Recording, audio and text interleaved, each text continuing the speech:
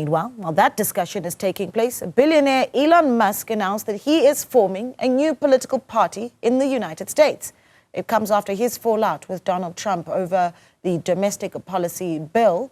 Musk told his followers on X that the America Party is formed to give you back your freedom, he says. But for some reaction on this, we are joined from Atlanta, Georgia, by the New Georgia Project chairperson, Reverend James Woodall. Reverend, a good evening to you. Thank you so much for joining us. Well, evening for us here, of course, in South Africa.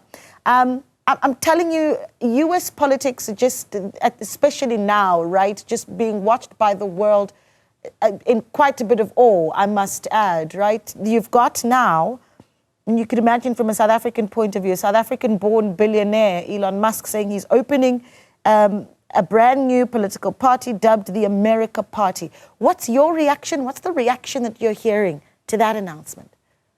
Well, first, thank you for having me. As always, it's good to be with you all and really to respond to the reaction of this new announcement. I mean, we've been in the position that the American political establishment and the way in which we are organized oftentimes limits the ability for us to really have a conversation publicly about what happens in this country, whether it's the allocation of resources to support some of our friends overseas, or even to support some of the more domestic policy initiatives like healthcare and environmental issues. But with this announcement, it really is interesting because the breakup, if you will, between Donald Trump and Elon Musk was prefaced by the fact that there was some political disagreement as to the mandate for electric vehicle tax rebates and tax relief and tax credits and those kinds of things.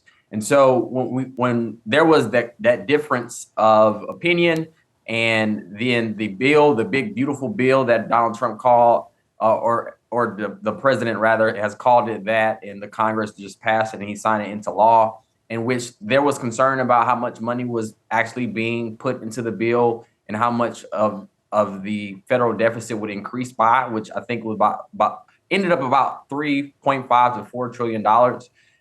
The president and Elon Musk really had a nasty fallout.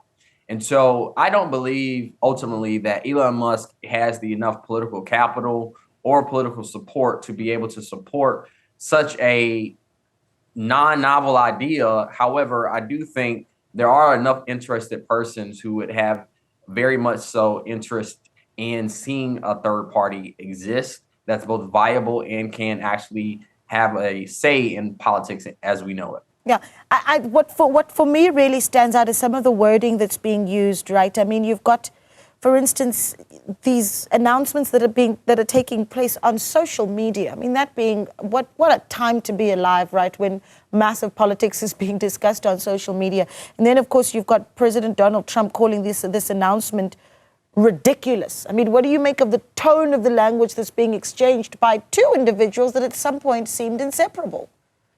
Well, it really shows you the level of where we are as a country. And it is almost laughable at this point. It's sad in others that the leader of this country, the one who's been elected president of the United States, and a person who many of us warned prior to this ever, being solidified as the next president, this is what some of the stuff that we were talking about in terms of the lack of maturity, the lack of insight and professionalism and statesmanship that really you came to expect from the White House and leaders of this country. And so Elon Musk is not someone, again, who, many of us can say and point to say, this is someone we aspire to be like. This is not someone who we respect in terms of what they have to say about what's happening in our country. He is not a leader in that regard.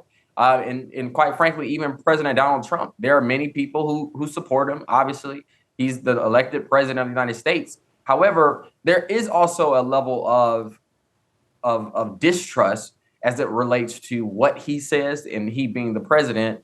And so we're watching that feud happen on social media, particularly Truth Social. We're also watching, bill analysis happen on social media like X, where people are talking about, this bill isn't exactly what you promised. in your campaign. And so you're seeing all of that feud back and forth. But ultimately, the people of the world is watching, as they're watching this, can do nothing but weep, because it goes to show the lack of decorum, the lack of respect, the lack of professionalism that so many of our leaders now have as relates to the issues that really pervade this moment. Yeah, you know, it's hard to speak to you without noting, of course, that you used to be within Georgia, the leader of the NAACP. For many South Africans that perhaps may not be aware of this, this is the same structure that, was very prominent during the civil rights movement, with the involvement of the likes of Martin Luther King, Jr. and Sr., in fact.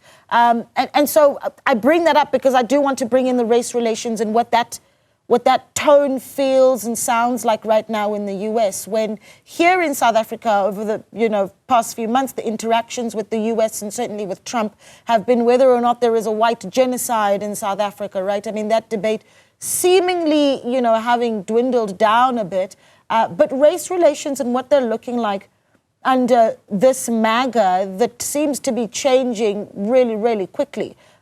Just from your perspective, is what one would consider a race relations activist as well.